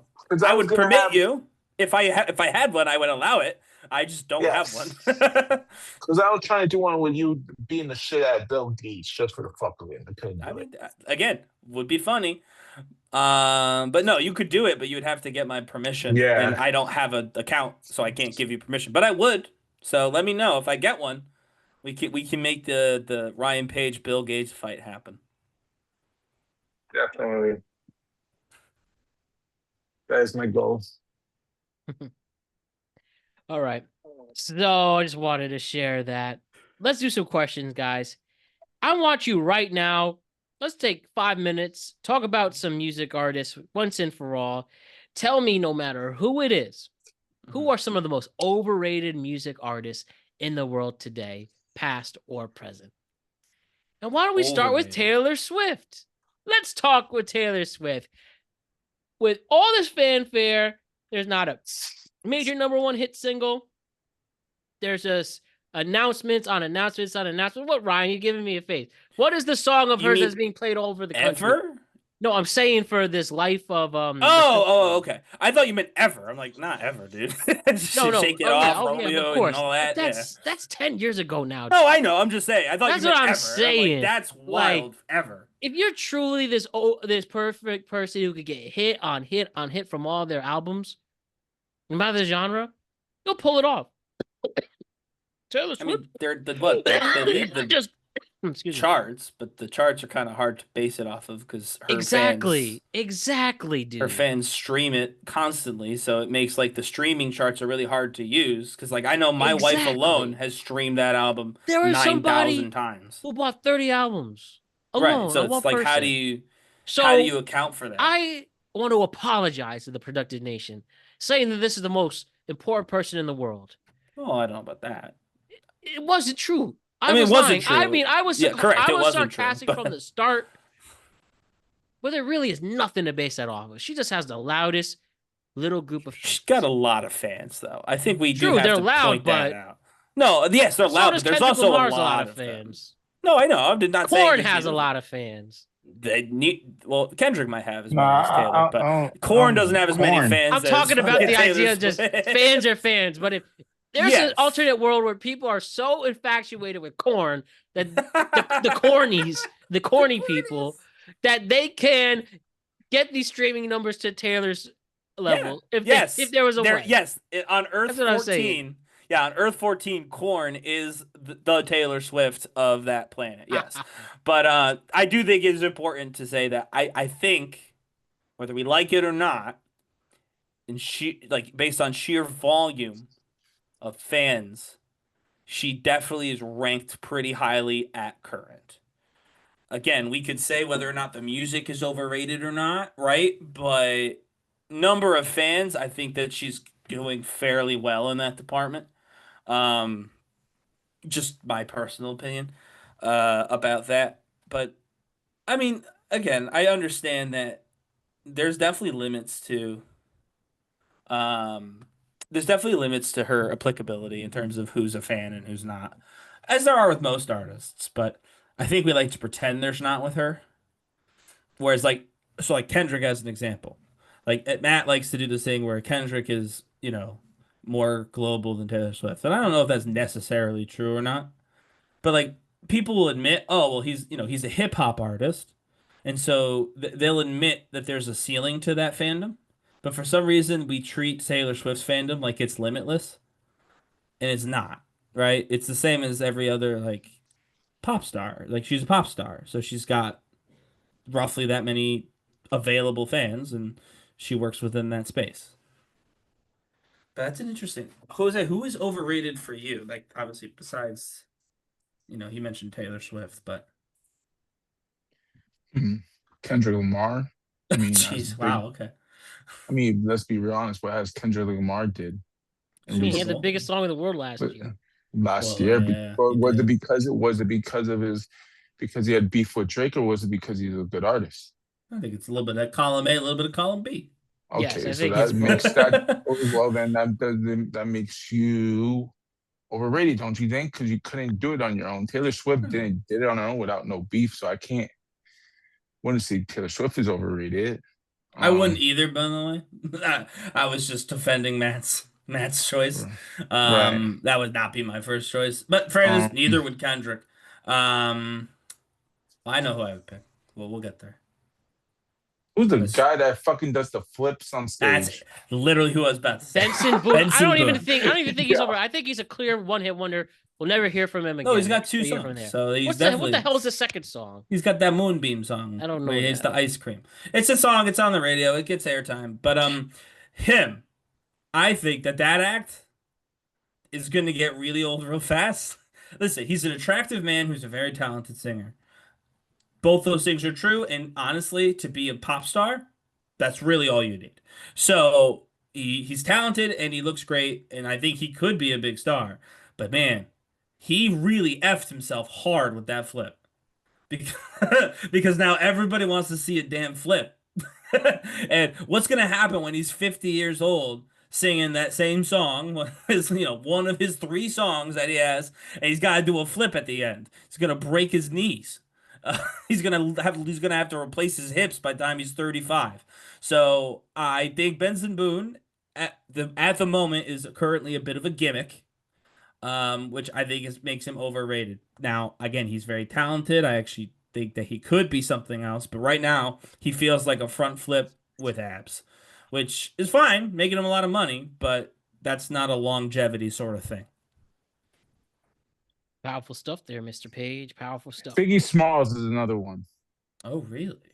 Overrated? I never thought he was overrated. I mean, he considered one of the greatest rappers, and this motherfucker only had 2 albums. Well, I like the albums, though. Yeah, I like that. It doesn't make you the greatest for 2 albums. He was helped by the whole, feud. Yeah. Correct. There's 2 albums, and his 3rd album was trash. And nobody is the forgotten album. In fairness, he wasn't even there, so. In fairness, miracle he got it out, didn't it? Well, given that he was dead. Well, that's why he's all hype. I mean, he's realistically is the myth of fucking the mythical Biggie Smalls, where it's because he's dead. Well, yeah, I do think the Tupac Biggie feud did give him number. Like, and I think that if I was looking at those two, which one of them had more of a like pedigree, it is probably Tupac. Am I allowed to say that without being injured? No, you're allowed it. He was more diverse and more his range was more broader than. And I actually like Biggie a lot, but I do think it's fair to say that. Biggie, yes, I love Biggie too, but this on everybody's fucking list is he's always number 1. Tupac is getting lower and lower and lower, which is interesting. I wonder why that is. It's California slander. People don't like California anymore. It's just because the California, you got West Coast rap, and nobody really fucking West Coast rap. Let's be real. Nobody listens to Ice Cube or Ice T, for God's sakes, or the West Side Connection or any of them. I mean, doesn't Kendrick usually rap from the West Side? West Coast, but he's the only, like, realistically, he's the only one. Like, who else is, you had Game, and Game was only because he had to fuck with 50 Cent. But other than that, like, who in the West Coast rapper, except for Kendrick, that you really be like, oh shit, they're popping? Like currently, yeah. Fair enough. Is there anyone else you want to add, Ryan, besides the Benson Boons of the world?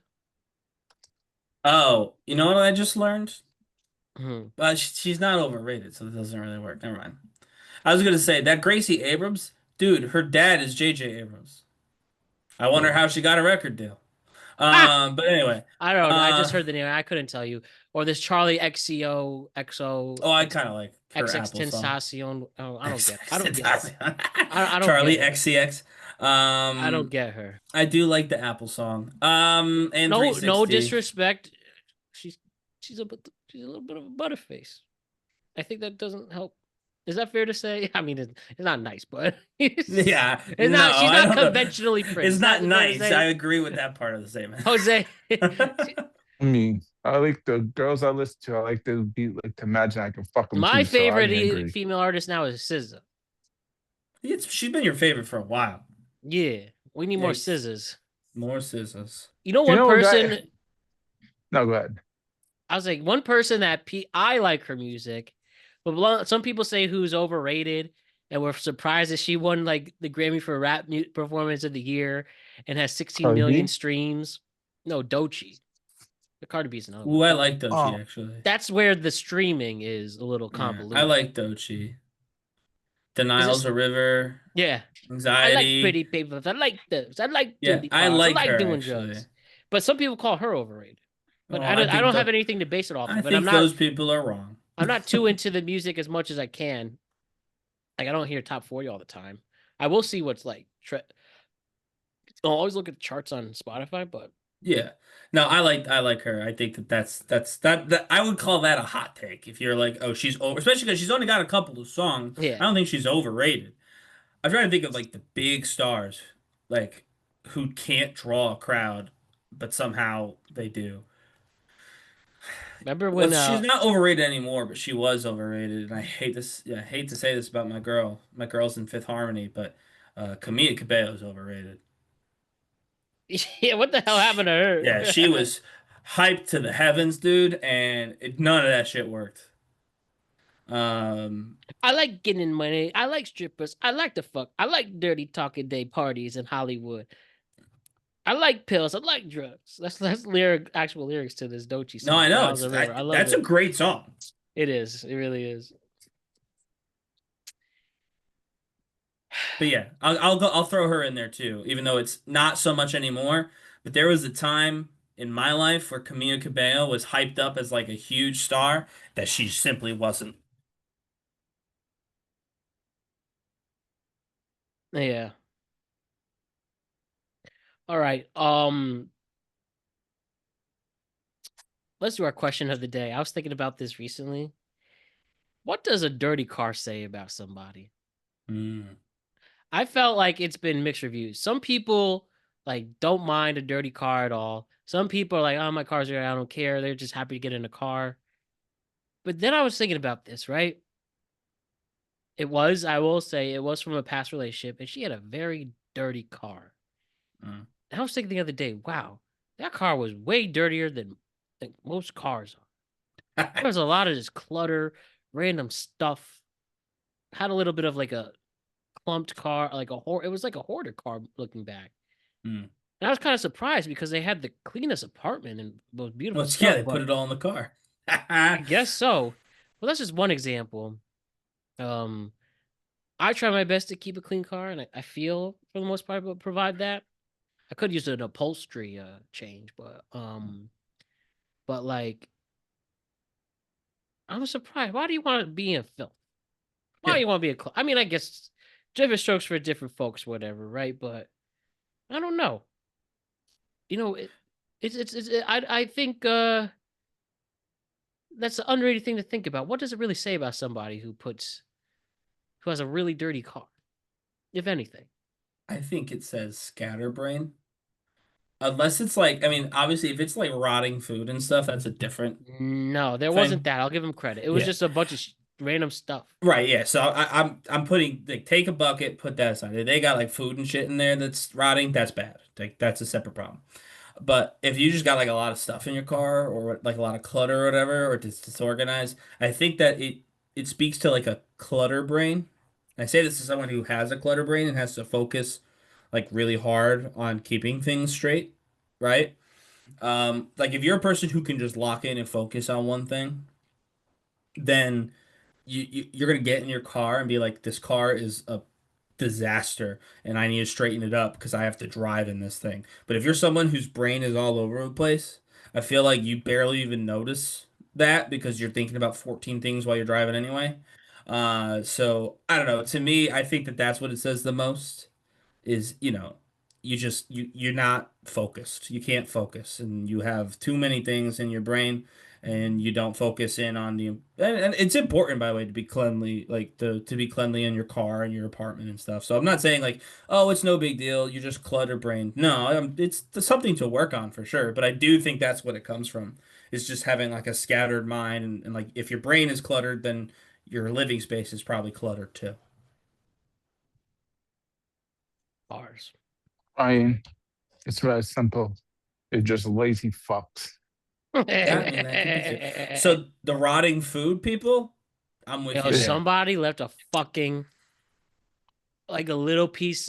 They left like a 3-piece chicken tender and fries, and if they see me again, they are gonna get a lot of shit from me. Yeah, I found that it was so fucking disgusting, and I at least appreciate that it was authentic food because the mold that was growing out of that and was wild.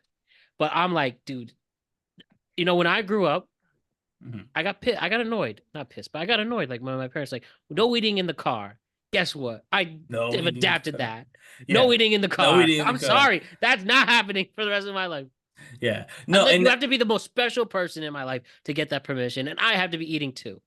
And I think that's important, right? It's like, so Jose, I agree. If you can't carry your food scraps, again, actual food scraps, out of your car to throw them away or whatever, that is pure unadulterated lazy. Like there's no other explanation. You just are lazy. You left garbage. You left your fucking car. Chicken in the car. Oh, I was pissed, man. That means you're lazy. Because no one is like, oh, the chicken will be fine in the car. No, everyone knows the chicken will go moldy in the car. Your jacket, right? You take your jacket off because it was cold, but now it's hot, and you leave your jacket in the car. Your jacket will be fine in the car because your jacket's a piece of clothing. It's not going to go bad. Your chicken will go bad in the car. So, no, I agree, Jose. If you got that, that's just laziness. Mm-hmm. All right, nuclear opinion of the day, guys, and one more thing after that. Yeah, I mean, I already had a bit of a nuclear opinion, didn't I? Yeah, didn't we all?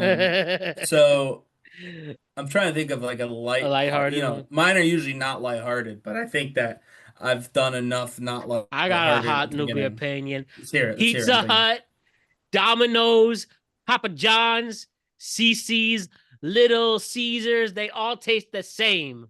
And you're getting tricked into eating microwave pizza. Yeah, DiGiorno. They all taste like DiGiorno. They are DiGiorno, and DiGiorno is better. You are all suckers. I disagree. I worked at Pizza Hut, and it's not microwave pizza. So that's bullshit. Okay, fine. It's not microwave. You're right. It's not a better oven. A step above the first oven above microwave. Yeah, no, it's definitely not. Okay, fine. How come Pizza Hut? I hear you laughing. Why does it taste the same? Yeah. At least with these pizza places, to be fair, a lot of them taste the same too. But you know when something tastes different. You know, not New York. When you compare it to New York pizza, I mean, it tastes like shit. I will say, nuclear opinion. I mean, New Haven pizza is much better than New York pizza. Haven's pizza is great. So Connecticut's got good pizza. I don't even think that's a nuclear opinion anymore. Well, I really don't. You see a lot of New York people. Connecticut's their pizza state, so.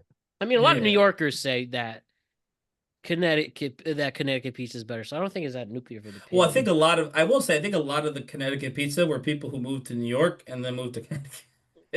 Like, I don't mean recently. I mean like over like decades. Like the family who came in Ellis Island lived in New York for a while and then got enough money to move into Connecticut somewhere. Yeah.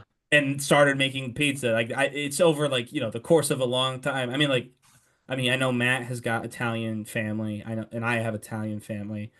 Like that's the path that they took, right? For the most part. Actually not my family. Italy. But a lot of people went Italy to New York and stayed in New York for a bit and then, either moved a little bit out of the city or moved to Connecticut or New Jersey. Yeah. Right. Again, my family did not do that. But there he goes. That's, they did. They came in through New York, but they left quickly. This is true. I don't know if I told you that. When my mom went to where we're from, like where her family's from. Like the actual country side? Yeah, in Italy. Yeah. And this is a tiny town, right? There's like nobody in it. And nobody spoke English, and it was the whole thing, right? But my mom went with her sister, so my aunt. And this is recently? Yeah, summer, so August. Nice. And they have a sign up. It's Rose Cosenza, right? That's the place. So it's Rose, and it's the village of Rose in Cosenza. And they have the population, right? And then underneath it, they have a different population for Greenwich, Connecticut. Because basically the whole town left Rose Cosenza to go to Greenwich, Connecticut. That's so there's adorable. More people from Rose in Greenwich in Connecticut overall than there are in actual Rose Cosenza right now. Your family just went even a little farther away? That's what my family did go. Originally, they were from there to Greenwich. And then they lived in Greenwich for a while. 30 minutes east? Yeah, my mom is the first one who wasn't born in Greenwich. So she was born in Norwalk, and obviously my grandparents lived in Norwalk. But my grandparents born in Greenwich. Their parents were first generation born in Greenwich, and their grandparents, my grandparents' were actual immigrants. Fun fact about Greenwich, Connecticut. There's more people in Connecticut from Rose Cosenza, Italy, than there are in Rose Cosenza, Italy today. Without that. And my other nuclear opinion, for those who are betting, bet responsibly, always go with your first pick. I didn't do that today, and I've eaten crow because FanDuel offered a no-sweat first touchdown bet. I picked Tyler Algier. Then I had second thoughts for some reason, switch it to Josh Allen.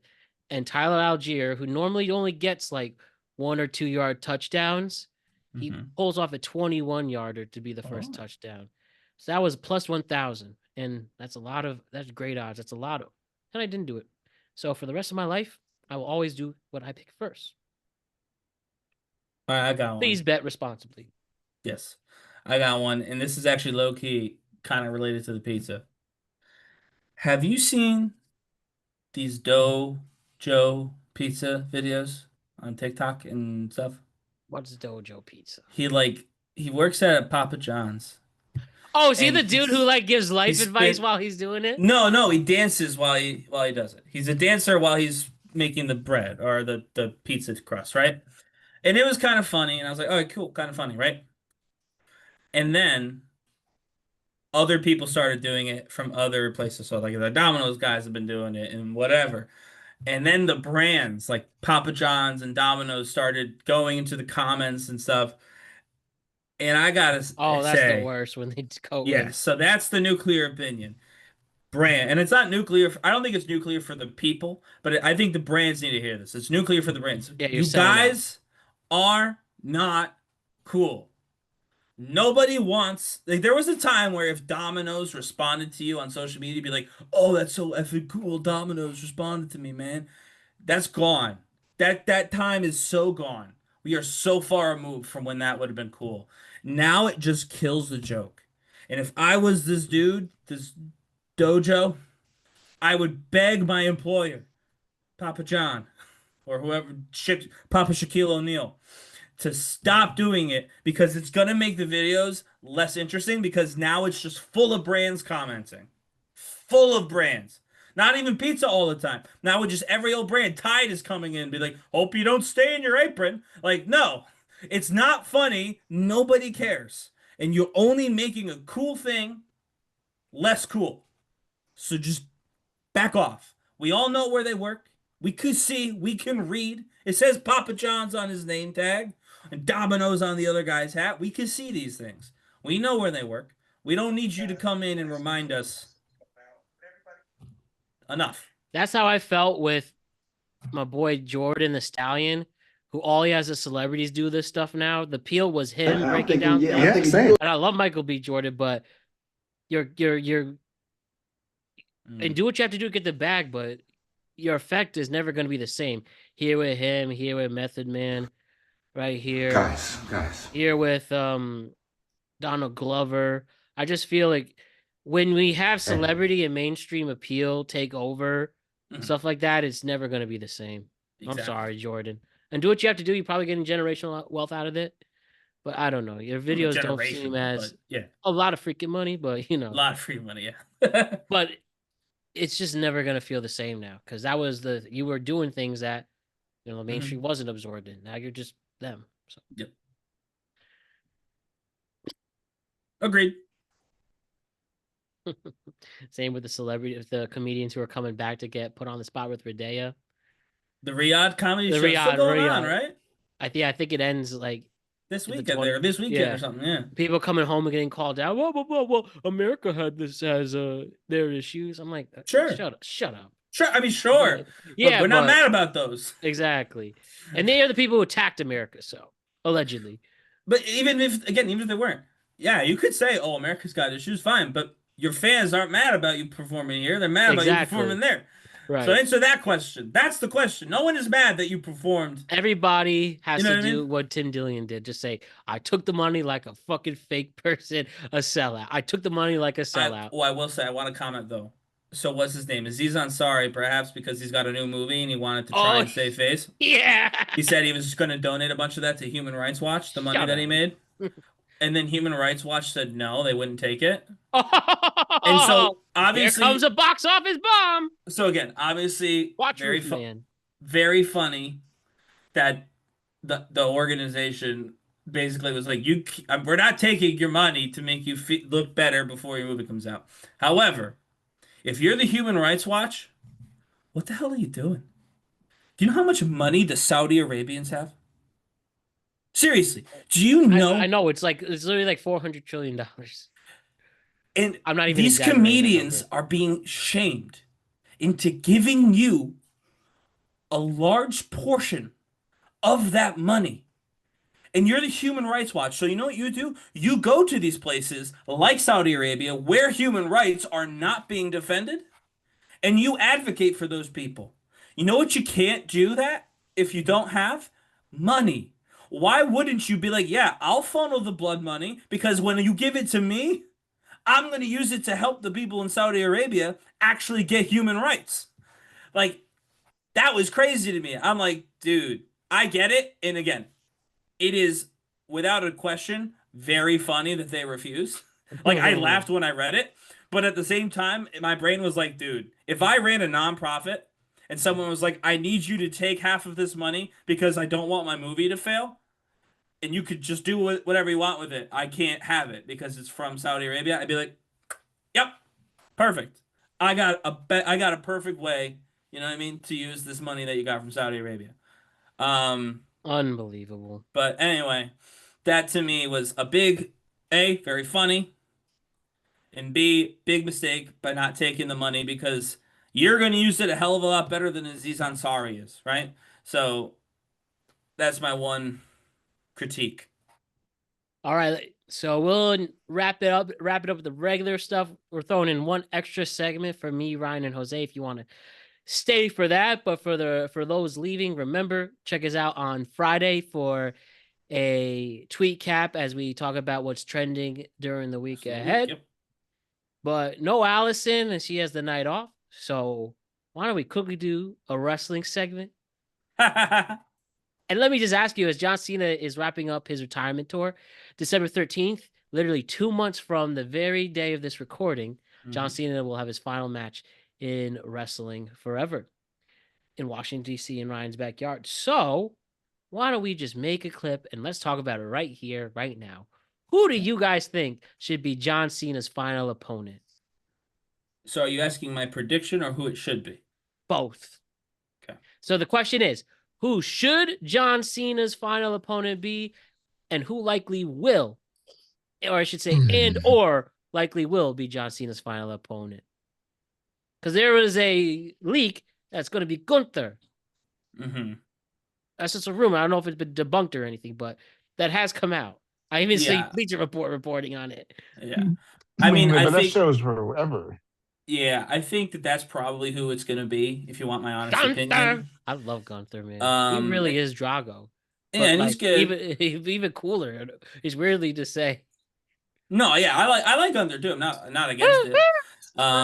But I do think it's Gunther. Probably it should. I've already made the case. Granted, this was what I thought it was going to be in Boston. I wanted it to be Carmelo Hayes. Now that it's not in Boston, okay.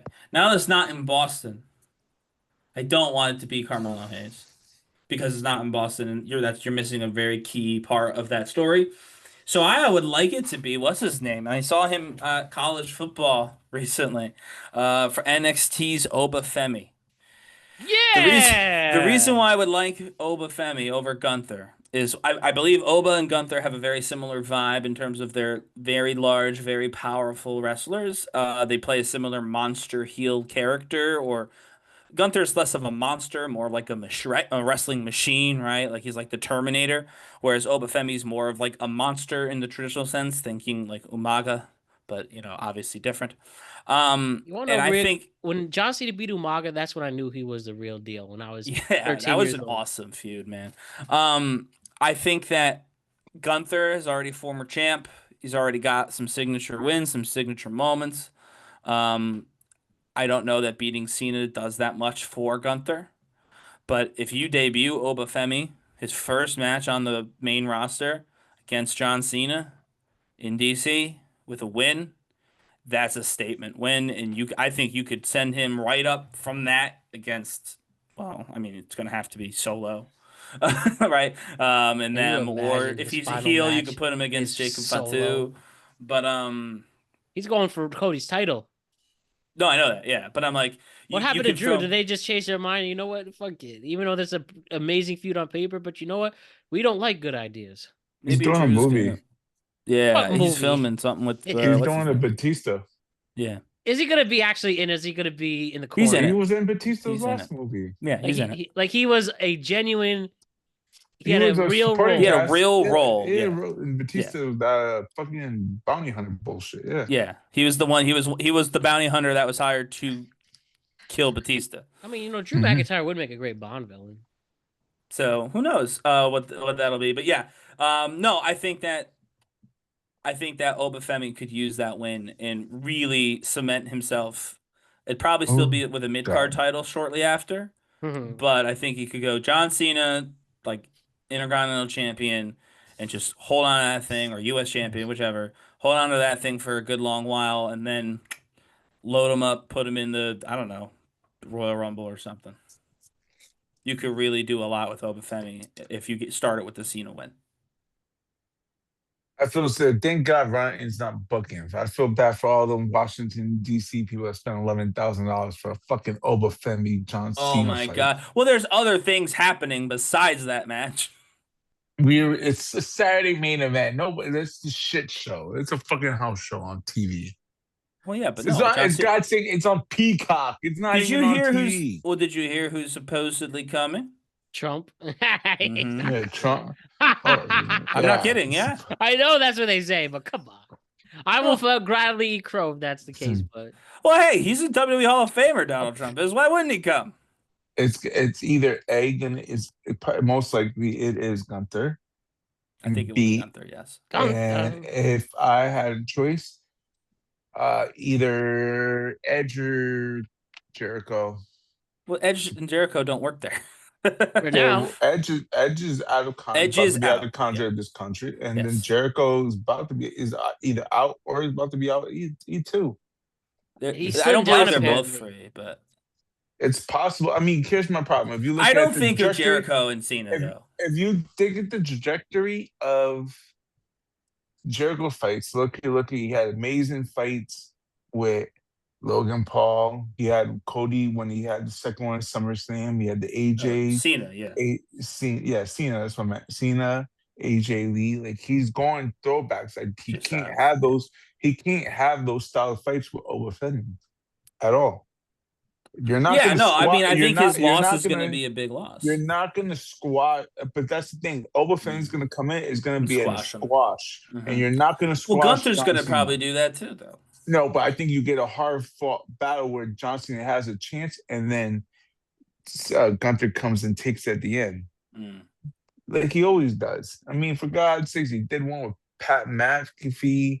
He gave fucking Goldberg a shot. It just makes... No, Gunther's definitely who's going to be, and that's a perfectly fine choice. I'm not against Gunther. I think Cena comes in as a fucking Madison Square Garden, second to last.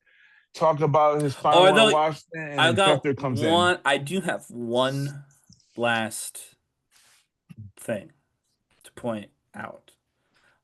Hear me out now. What is the one thing John Cena has not done in professional wrestling? It's not a trick question. Win the Intercontinental title? That's right. Dirty Dom, John Cena. Yeah, everybody talks title versus retirement. Yeah, but everybody said that shit. But for the last one? It's supposed to be, the rumor has it's fucking Survivor Series. No, okay, that's fine. That's the rumor. San Diego. Oh, that makes sense because Dom in San Diego. Dom's from San Diego, and it sets up, and that's why Dom doesn't have a real storyline. It sets up Cena. They'll see everybody keep putting Cena in the Survivor Series. Think about it though. That makes Cena. What if Cena wins that thing and then loses it to Obafemi?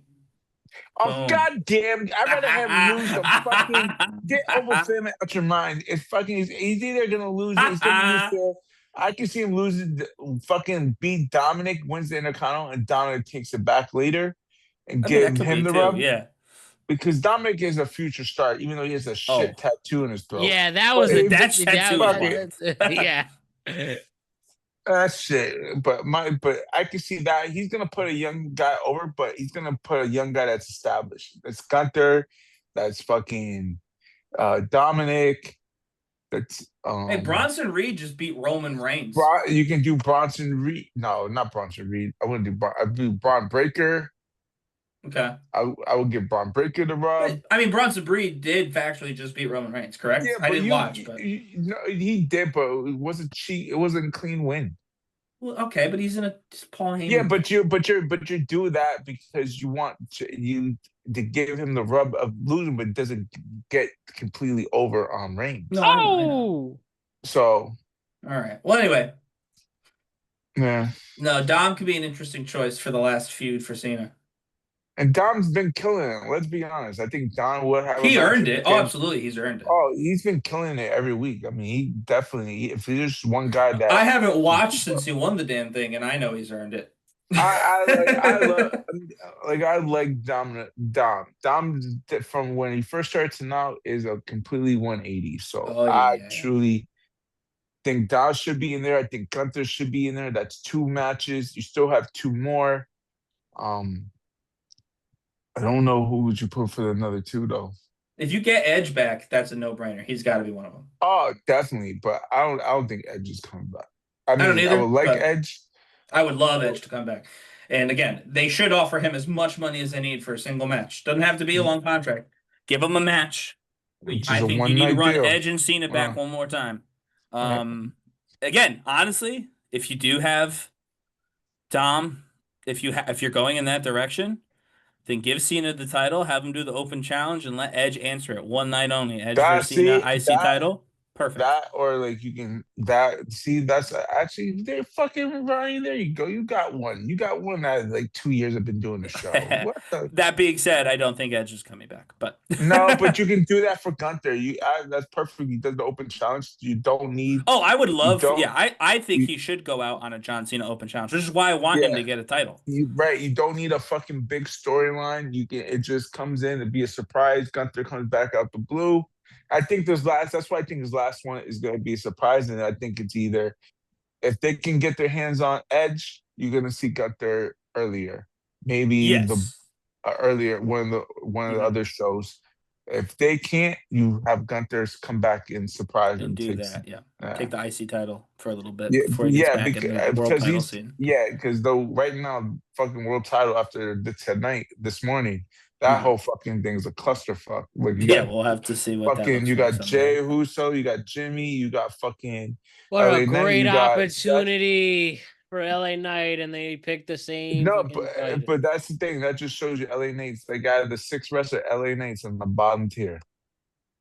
Well, he's a top 6 wrestler. What do you mean bottom tier? No, but out of the 6, just wait until that day comes. That Los Angeles Knight has a title around his leg. This podcast just finished because of that. No, LA Knight, yeah. Alrighty. But great work, Jose and Ryan. As always, great show. It really was a good one. We'll see you at the end of the week on Friday to talk about what's trending in our world in the coming week. So let's make sure we stay safe, be respectful, love each other, and remember, you're the greatest fans listeners in the world. Have a great night, everybody. All right. See ya.